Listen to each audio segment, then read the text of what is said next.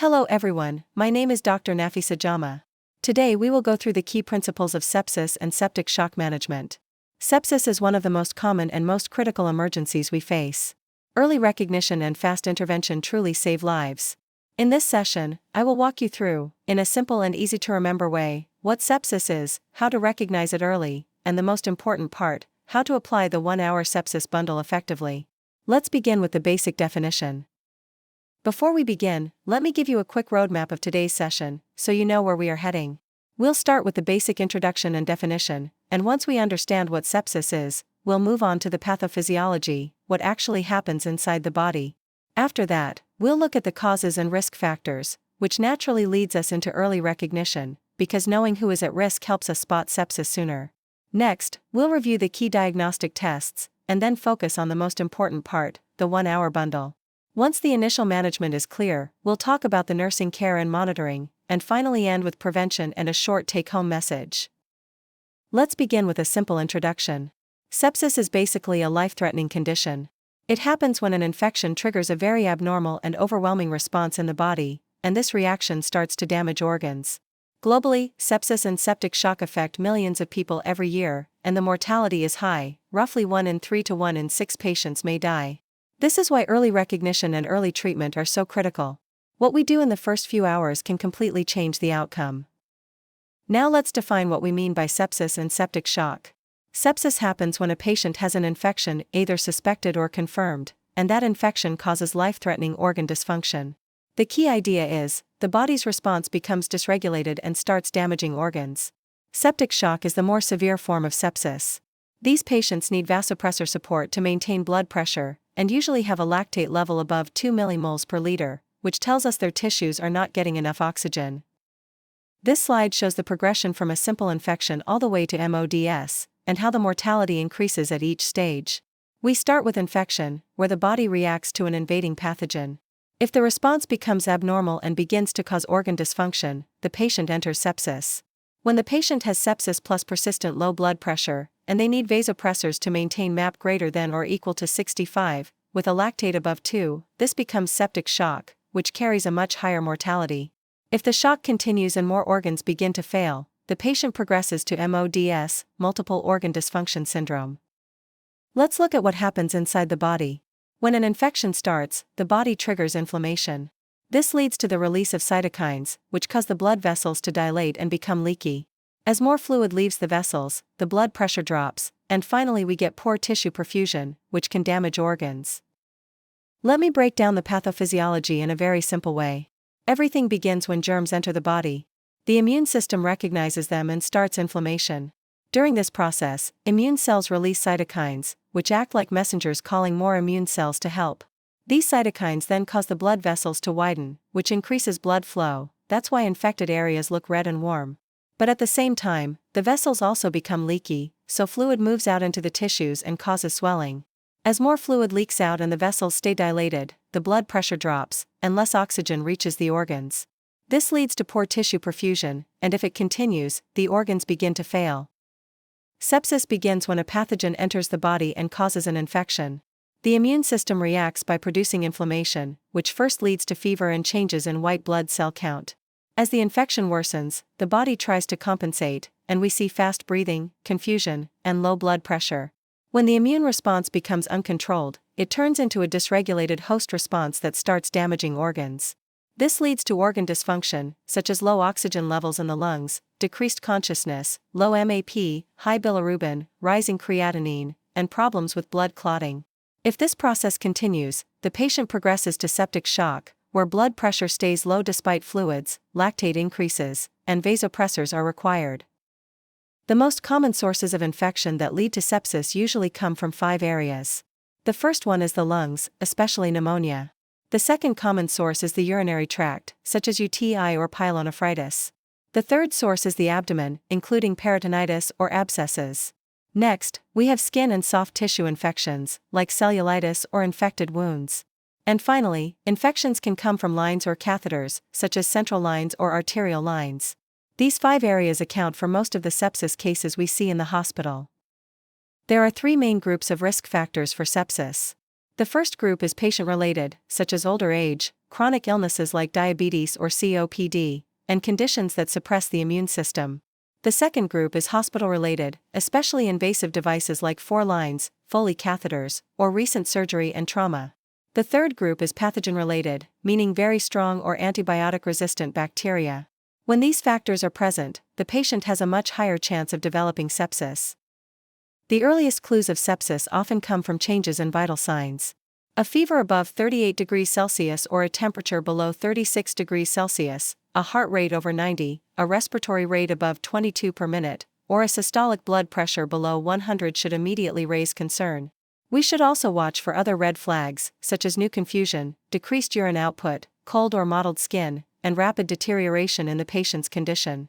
For example, a patient with a urinary infection who becomes drowsy, with a respiratory rate of 26, a heart rate of 110, and a blood pressure of 95/60, is already showing early signs of sepsis. To screen for sepsis, we use simple standardized tools, and the most common one is qSOFA. It gives 1 point each for a respiratory rate of 22 or more, an altered mental state, and a systolic blood pressure of 100 or less. A score of 2 or more means the patient is at high risk. Whenever the screen is positive, we treat the patient as possible sepsis until proven otherwise. Here is a quick comparison between SIRS and qSOFA. For SIRS, we look for temperature higher than 38 or lower than 36, a respiratory rate above 22, a heart rate above 90, or a white cell count greater than 12,000 or less than 4,000. For qSOFA, we look at 3 things: a systolic blood pressure of 100 or less, a respiratory rate above 20, and a Glasgow Coma scale of 14 or below. If 2 or more criteria are present, the patient is at higher risk and needs further evaluation. When we suspect sepsis, we start with basic laboratory tests. These include a complete blood count, serum lactate, blood cultures, CRP or other inflammatory markers, a full metabolic panel, liver and kidney function tests, coagulation studies, and urine tests. We also use imaging to help identify the source of infection, such as a chest X-ray, a CT scan or ultrasound, and sometimes MRI or bronchoscopy, depending on the patient's condition. When we try to identify the source of infection, we always start by checking the most common areas. These include the lungs, especially pneumonia, the urinary tract, the abdomen such as peritonitis, and any wounds or catheter sites.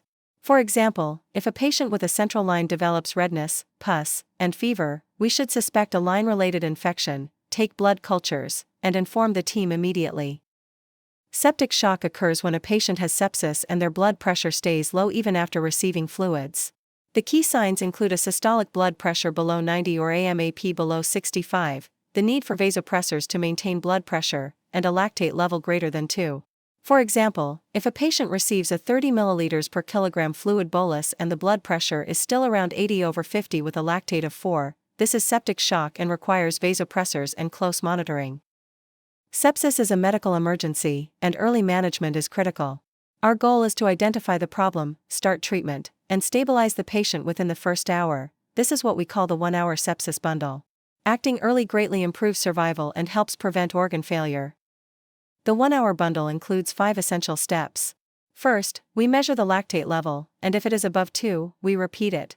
Second, we obtain blood cultures before giving any antibiotics.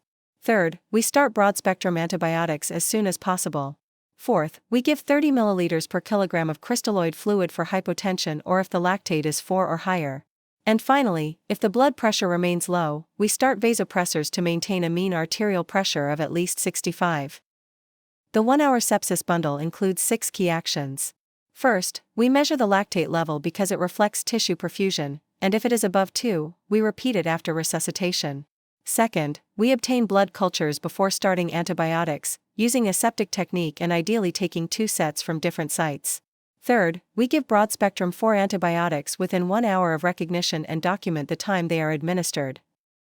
Next, we begin rapid fluid resuscitation, giving 30 ml per kilogram of crystalloid for hypotension or when the lactate is 4 or higher.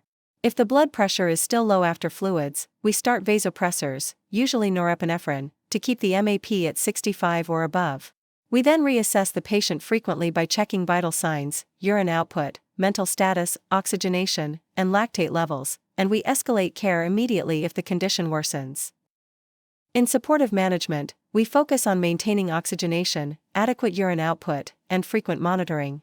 We keep the SpO2 above 94%, insert a urinary catheter and aim for at least 0.5 milliliters per kilogram per hour, and check vital signs every 15 to 30 minutes at the beginning. We also control blood glucose between 7.8 and 10 mol per liter and manage fever using paracetamol and cooling measures. For example, a patient on oxygen with a urinary catheter and running fluids should have their vital signs checked every 15 minutes to assess the response. Source control means identifying and removing the infection source as early as possible. This may include draining an abscess, removing an infected catheter, or performing surgery for conditions like a perforated bowel or gallbladder infection. Good coordination with the medical and surgical teams is essential. For example, a patient with sepsis caused by an abscess often improves quickly after surgical drainage once they are stabilized. After the first hour, we reassess the patient to check their response to treatment. We repeat the lactate level if it was initially elevated, and reassess vital signs including blood pressure, heart rate, respiratory rate, and oxygen saturation. We also check urine output and mental status. If needed, we perform targeted source control, such as draining an abscess or removing infected lines. In some cases, invasive monitoring like an arterial line or CVP may be required. If the patient is not improving, we escalate care to the senior team or transfer to the ICU. In sepsis care, nurses play a critical role. We must recognize sepsis early and activate the sepsis protocol without delay. Interventions such as oxygen, fluids, and antibiotics should be started promptly. Accurate documentation is essential, including the time sepsis was recognized, when antibiotics and fluids were given, and the patient's vital signs and urine output. Clear communication using SBAR is important when escalating care, and we also provide emotional support to the patient and family, as sepsis can be frightening. For example, a nurse may call the doctor using SBAR to report persistent low blood pressure after fluids and an elevated lactate, and request a review for vasopressors.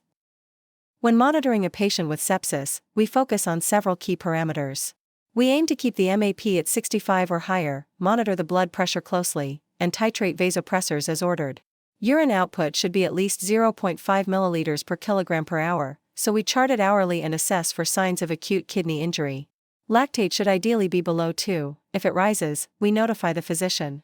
For oxygenation, we maintain an SpO2 of 92% or higher and escalate oxygen support as needed. We also monitor glucose carefully to avoid both hypo and hyperglycemia, following the ICU protocol. These are the key points from the Surviving Sepsis Guidelines. Sepsis is defined as life-threatening organ dysfunction caused by a dysregulated response to infection, and septic shock is the subset with circulatory and metabolic abnormalities that carry a higher risk of death. For fluids, we give at least 30 milliliters per kilogram within the first 3 hours, using crystalloids. For vasopressors, norepinephrine is the first choice, and epinephrine or vasopressin can be added if needed. Steroids are not recommended unless the patient remains in shock despite adequate fluids and vasopressors. Antibiotics should be broad-spectrum, while avoiding unnecessary double coverage. Red blood cells are only transfused when hemoglobin is below 7 unless there is active bleeding or ischemia. Source control should be done as early as possible. On the ventilator, we use lung protective settings with a tidal volume of 6 milliliters per kilogram and a plateau pressure below 30. Our overall goals include maintaining a MAP of 65 or higher, normalizing lactate, and using dynamic assessments to guide fluid responsiveness. Now let's talk about prevention and patient education. In the hospital, the key is to prevent infections early. We wash our hands properly and keep good aseptic technique. We remove catheters or invasive lines as soon as they are no longer needed. And we follow infection control measures to stop the spread inside the ward. For patient education, we remind patients to complete the full course of antibiotics. We also tell them to seek medical care early if they develop fever, redness, swelling, or confusion. Lastly, we encourage patients to manage chronic diseases, like diabetes or kidney problems, because good control can reduce their infection risk. Here are 4 key points to prevent sepsis. Number 1, prevent infections, treat small infections early. Number 2, practice good hygiene, wash hands and keep wounds clean. Number 3, know the symptoms, such as fever, fast breathing, confusion, or very low BP. Number 4, act fast. Sepsis can progress quickly, so early treatment saves lives. Septic shock is a life-threatening emergency. Even in the best hospitals, mortality is high. The key to saving a life is early recognition and aggressive treatment. If we identify sepsis early and act fast, outcomes improve dramatically. Prevention is also powerful. Teaching patients, reducing infection risks, and recognizing early warning signs are the simplest and most cost-effective ways to reduce deaths from sepsis. Thank you all for listening to today's session. I truly appreciate your time and attention. Let's keep working together to improve our care for patients. Thank you.